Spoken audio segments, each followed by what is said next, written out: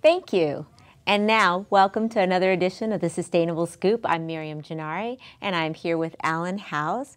Alan is the candidate running for Arlington County Board to replace longtime board member Chris Zimmerman. So thanks for joining us, Alan. Thank you for having me. It's a pleasure to be here today. Well, now, Alan, if by chance you are elected to the county board, you will have a claim that no one else on the board has. You are a native Arlingtonian. That's right. I was born in Arlington Hospital and grew up on Jackson Street in Clarendon, and have spent a lot of my life here in Arlington.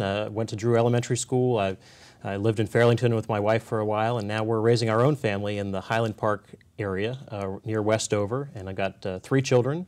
I've got an 8-year-old, a 6-year-old, and a 3-year-old. So it's a busy time at the Howes household, but we're having a lot of fun with the campaign. Well, there's no question about that. But you know, the unique perspective that you have growing up here in Arlington, watching Arlington change over the past, 40 years? Yeah, give or take. Give or take.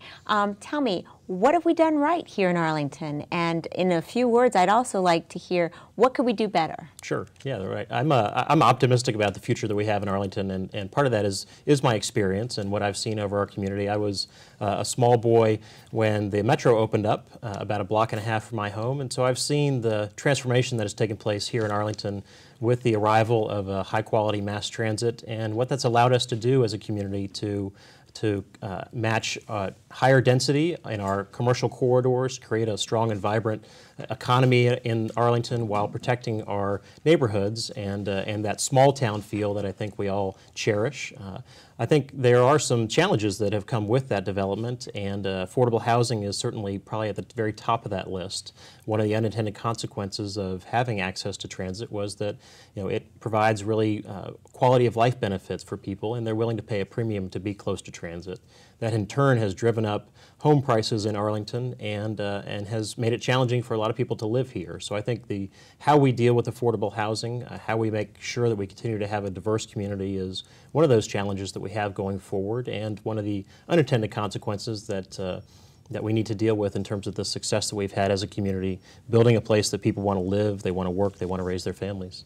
All right. Well, I know that the desire to serve is deep within you, and you've run for office before, but here in this particular race, we have a candidate who not only wants to serve, but he also wants to break up what many feel is a monopoly of single-party rule. So as a Democrat, how would you and your priorities enhance the board and maybe even challenge them a little? Yeah, sure. So I'm excited about some of the priorities and the fresh perspectives that I can bring to the board, both as the parent of children in Arlington schools. So as we're dealing with the challenge of school overcrowding, I think it's important that we have a voice on the county board of somebody who actually has children in our schools.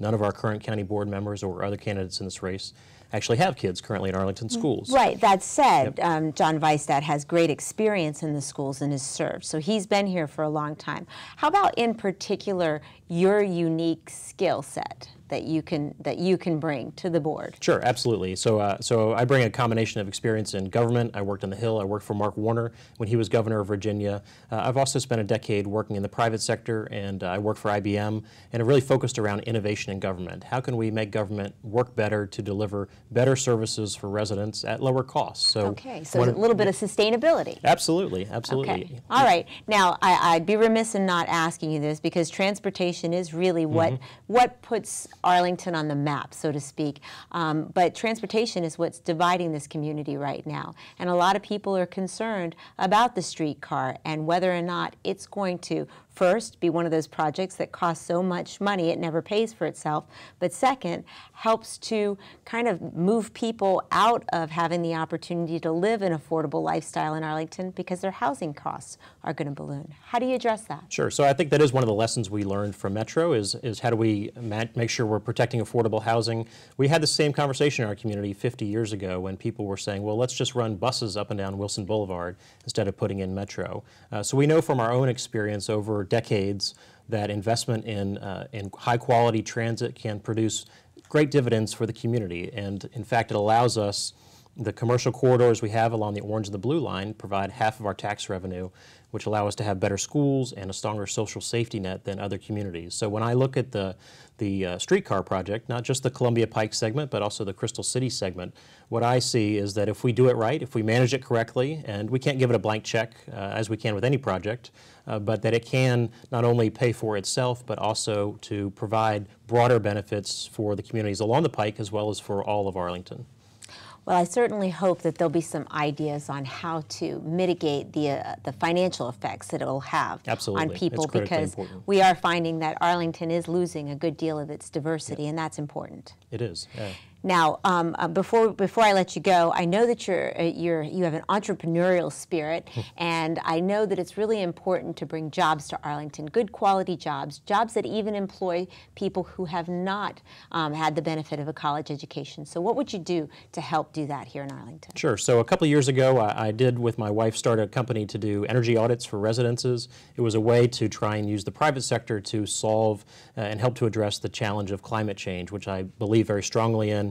I got into politics through environmental activism, and I'm committed to it. I think we can and should be looking at how do we partner with private sector businesses to do things like install more solar in the community, to retrofit our homes and businesses to use less energy so that we can be part of the solution for climate change going forward. It would also be wonderful if they were hiring people from here in Arlington. Absolutely. When they go to build new buildings. I agree with that. Well, I want to thank you so much, Alan, for coming here and joining us and sharing a little bit about yourself. The election is April 8th. April 8th. Yes, and you said early voting has already started? Yep, early and absentee voting. You can either vote at the courthouse or you can vote by mail if you're going to be out of town or other places during Election Day, and encourage people to learn more at my website at alanhowes.com and come out and vote. It's an important election for our community. Excellent. Well, you said it, Alan, so thank you so much. And I want to thank you, our viewers, for watching the Arlington Weekly News. That's the Sustainable Scoop. Back to you at the news desk.